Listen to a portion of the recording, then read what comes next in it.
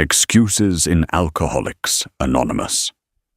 Honesty is the only thing that counts, but everyone's lives are loaded with excuses, which is nothing more than another way of saying that the human race is desperately trying to justify itself and justify its actions, escape responsibilities, lessen its guilt, and save its conscience, so that in one way or another they can live in peace with themselves. Books and books could be written about the thousands and thousands of excuses that human beings tend to have and use.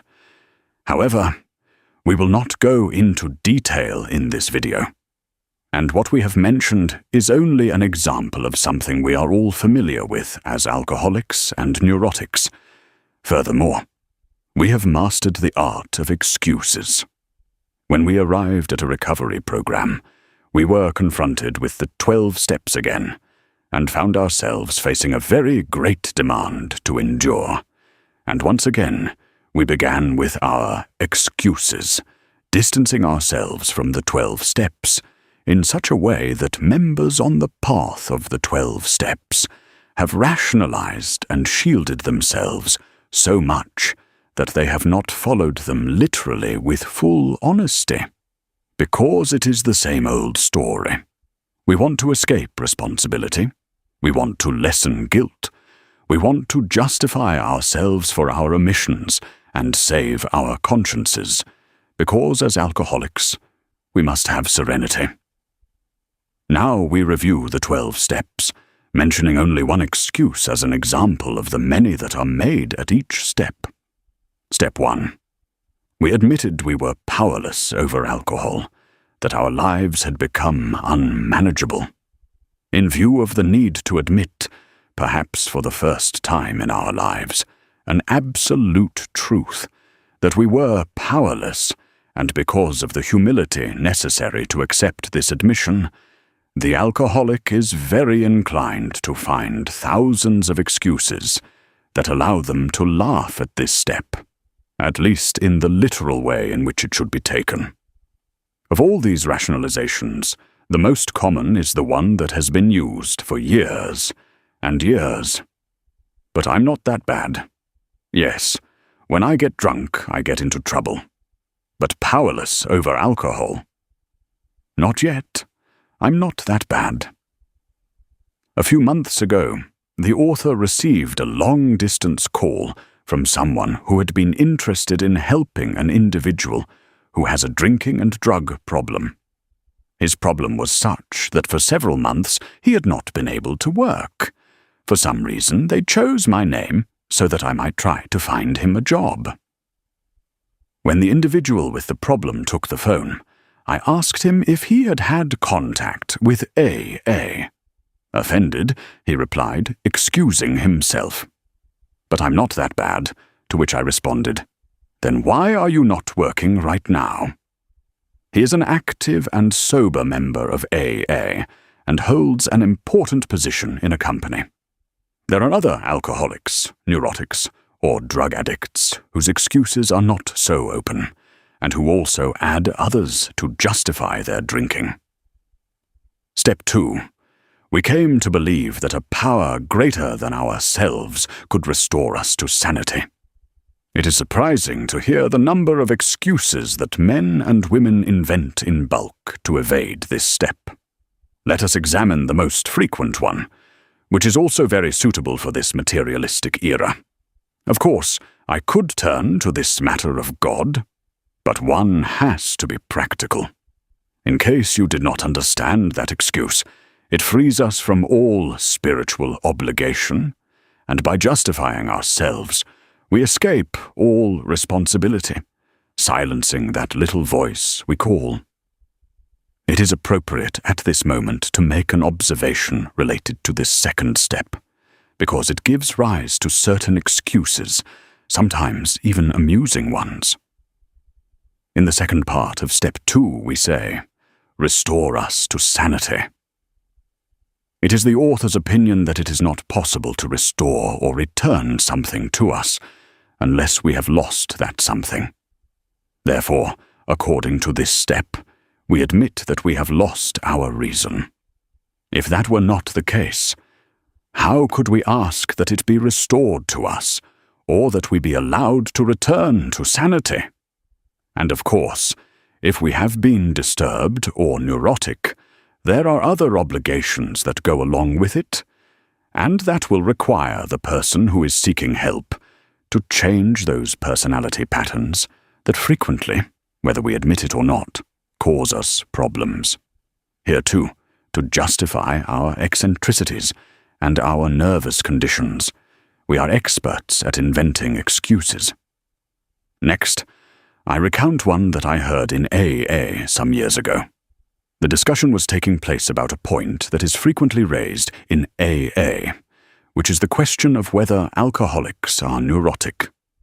Members gave their pros and cons, but from the back of the room came an observation, an objection. One said, "Here some say that alcoholics are neurotic. The one who is neurotic is crazy, and I am not crazy, excuse me. Here is a clear example of how many times the alcoholic, drug addict, or neurotic does not truly accept their emotional condition." Step 3.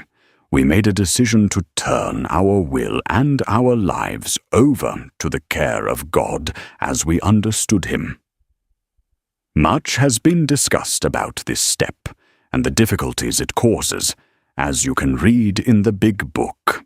But there is an excuse that is often heard, and that undoubtedly serves to escape responsibilities and justify ourselves. This excuse is a single word: tomorrow. A word that St. Augustine replaces with sloth, which is laziness toward work, duty, and virtue. Tomorrow? Yes, sir. Tomorrow I will carry out the third step. But as you know, that is not now, and we can do nothing tomorrow until it becomes now, or in other words, never. But it does give the impression that there is goodwill and good intentions, and that in itself is a justification that saves our conscience and allows us to escape, without trouble, many responsibilities. And so, always, everywhere, I beg you to listen to me today, but tomorrow. Who is being deceived besides ourselves? Step 4. We made a searching and fearless moral inventory of ourselves. Good work, and somewhat unpleasant as well. So here we need an excuse, a good excuse.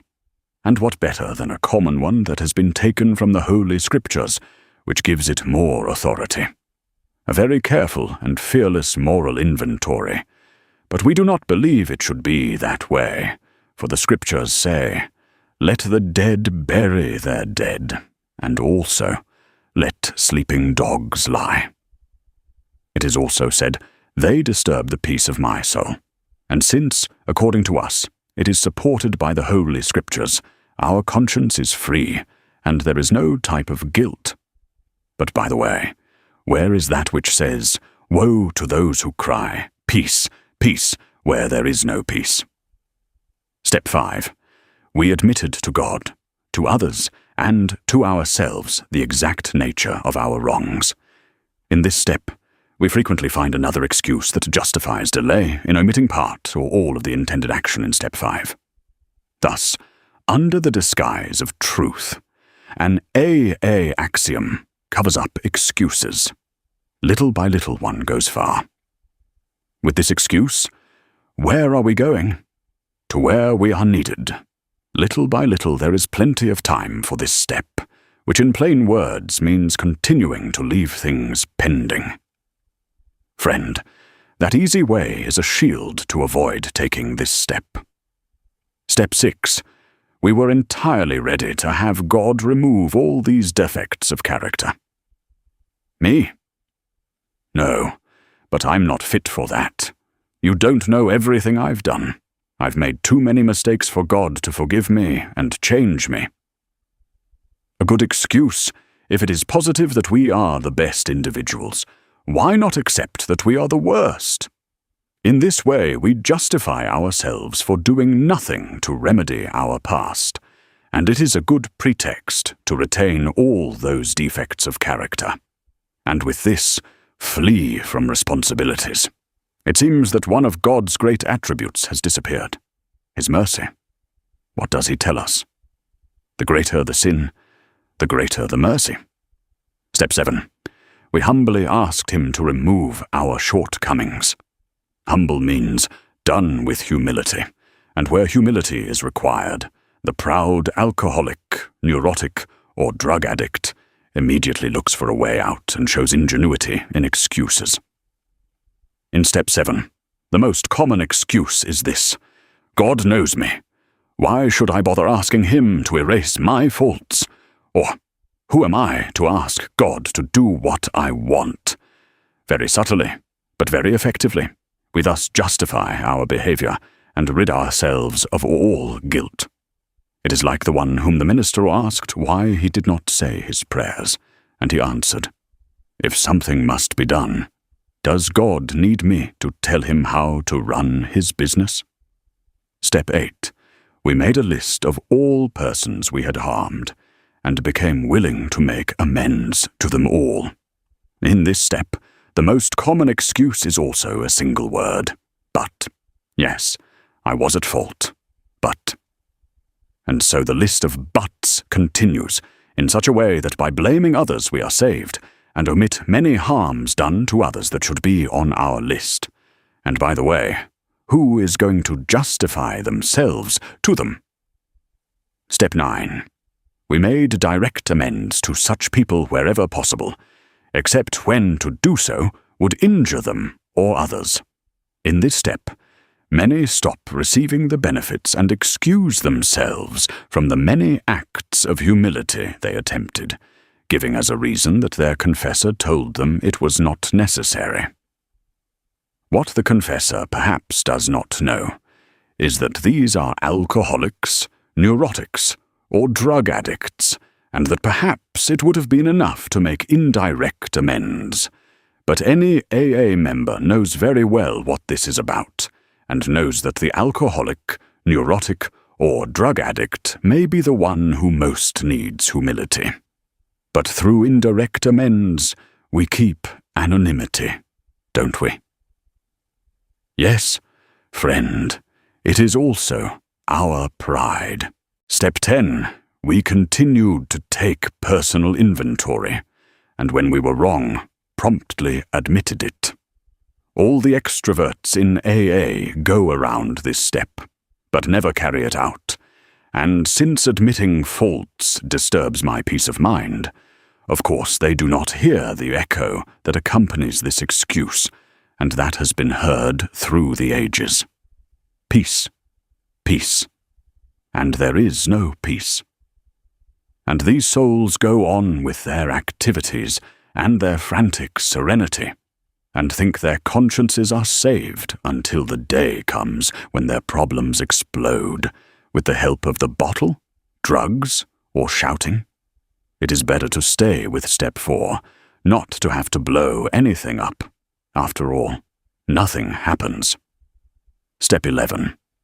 We sought through prayer and meditation to improve our conscious contact with God as we understood Him, asking only that He let us know His will for us and give us the strength to carry it out. When focusing on this step, which in its early practice can contribute greatly to peace of mind, sobriety, and serenity, one realizes that many set it aside and give the following excuse: I am not a regular reader of the Bible, nor a devout person, and I do not believe in praying constantly. This excuse is always accompanied by the one used in Step 7. But God knows what I need. He will know what to do. Certainly, friend, He knows, and you know it too.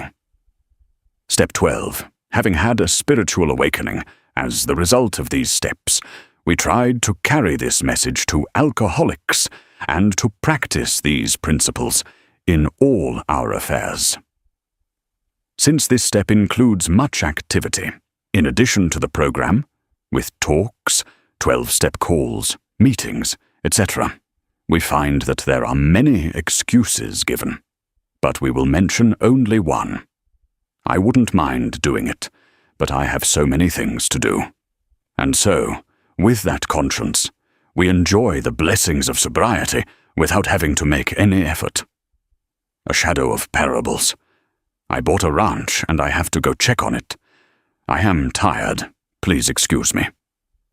What is not known, what they do not know, is that before they realize it, those old excuses will be replaced by others. I bought a quart of whiskey, and I want to go try it. That is why we invite you to always remain alert regarding your illness, as we have repeated over and over again in previous volumes. Steps 10, 11, and 12 are the daily life of the Alcoholics Anonymous program. If we examine them more deeply, we will find that all three have the same objective: to learn the truth in order to eliminate the habit of excuses, so that little by little we can motivate our daily lives with truth instead of excuses. In Step 10, we carry out our regular personal inventory, so that we are able to see ourselves as we are, with faults, talents, everything, in order to learn the truth about ourselves, and therefore eliminate excuses. In Step 11, we seek through prayer and meditation to learn the truth about God and ourselves, and to know our relationship with God. We will be able to eliminate the habit of shielding ourselves from our obligations to Him. In Step 12, we work with others, with our fellow human beings, to learn the truth about others and ourselves, and thus, by knowing our relationship with them, we will not have to give the excuses that so often cause us to neglect the obligations we have toward others. In these 3 steps we also find that, deep down, they lead us to meditation, which is nothing more than the search with God for the truth, in order to guide our lives by it, instead of excusing ourselves. For this reason, we do not hesitate to turn our opinion to the idea that without meditation, sobriety is impossible, and without enjoying sobriety, it cannot be lasting. We seek through meditation, in this era of perhaps more communication than any in history, not only because of the abundance of means to spread our message, but also because we have very little in our minds that has not come from the outside world, and therefore we communicate this basic need, but there are very few who know how to listen. If our bodies were fed as little as our minds, we would soon die. Many individuals, otherwise good and devout, wonder why they make no progress in their spiritual life, despite their frequent prayers. The reason is that they are mentally and spiritually starved. They say thousands of prayers, but do not meditate regularly. Therefore, they are trying to live with a spiritual void. This is metaphysically impossible, which is why there is a need for hyperactivity, restlessness, communication, and movement. Body and soul, in this contradiction, are constantly trying to remain in motion. Hence expressions such as, "I went to a party to rest, or to drive, or on a trip," etc. Someone said that the rocking chair is symbolic of this mentality of the age, since it allows one to be still and in motion at the same time. One who feels uncomfortable or restless, or when the day's activities end, and they are left alone, is living outside of their own self.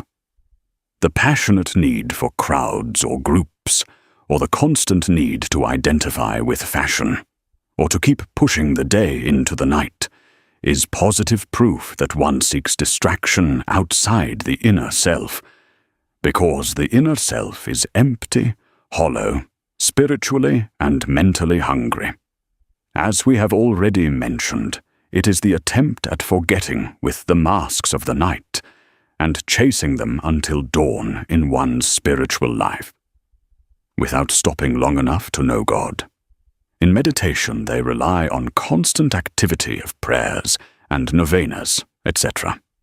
Therefore, they cover up their true spiritual status, which is built on activity and not on the will of God.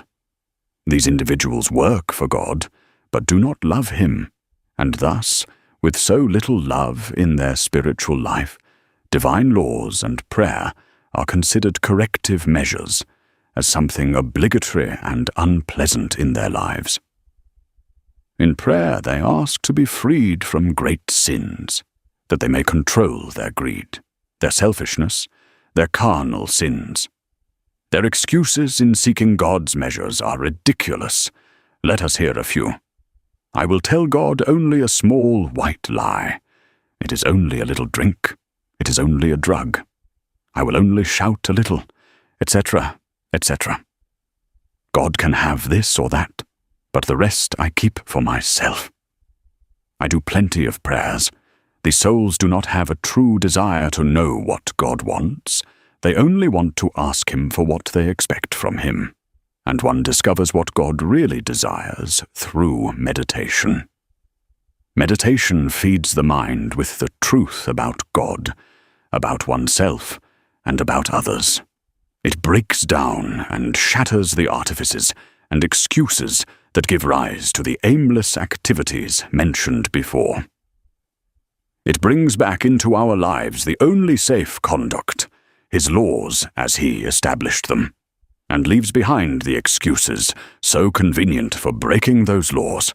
But here again, human ingenuity and devilish rationalization push aside what seems to be an evident truth and a necessity for peace of soul and eternal salvation, with the excuse, any excuse, whatever it may be, to justify more activity, just to avoid facing the truth through meditation. A very common one is, I am very busy. And of course, with an overactive mind, eager to be part of the crowd, there is no doubt that one is truly busy, indeed very busy. For if one is too busy to meditate regularly, that person is truly busy. Few can understand that logic indicates it is practically impossible not to have enough time for meditation. Rather, the opposite is true. The more we meditate, the more time we will have. We do not have enough time for God because we do not think enough about Him in meditation. The time one has for a person or for things depends on how much value is given to them. Thought determines the use of time. It is not time that regulates our thinking. Therefore, problems of spirituality, spiritual reading, prayer, and meditation are never a matter of time. They are a matter of thought. Silence and thought have formed more than one saint. Talkativeness never has. It is possible to pray locally until death itself and still lose the soul, but it is impossible to meditate regularly and lose the soul, since it does not require much time or activity to form a saint. It requires only much love. And whom does a person love without constantly thinking about them? Let us analyze more deeply this matter of meditation that seems to trouble many. What we do not know is that meditation is actually very simple. It is simply thinking about the truth in the presence of God in order to guide our lives with truth instead of with the habit of excuses. We do not have to be formal. In our opinion, less formality is better. We must only see 3 ingredients. First, the presence of God. Second, thinking. Third, the decision to apply the truth to our lives. It does not matter where we meditate, how long, or in what position we do it. We can meditate anywhere, because God is everywhere, and especially within us. Wherever we are, He is there. We can take whatever position we wish when we meditate, sitting, standing, lying down, walking from one side to another. Or if some alcoholics, drug addicts, or neurotics feel more comfortable upside down. If they can do it, perhaps it will even help in the process. Some prefer to kneel. But let us keep in mind that none of that matters, because God sees our hearts, not positions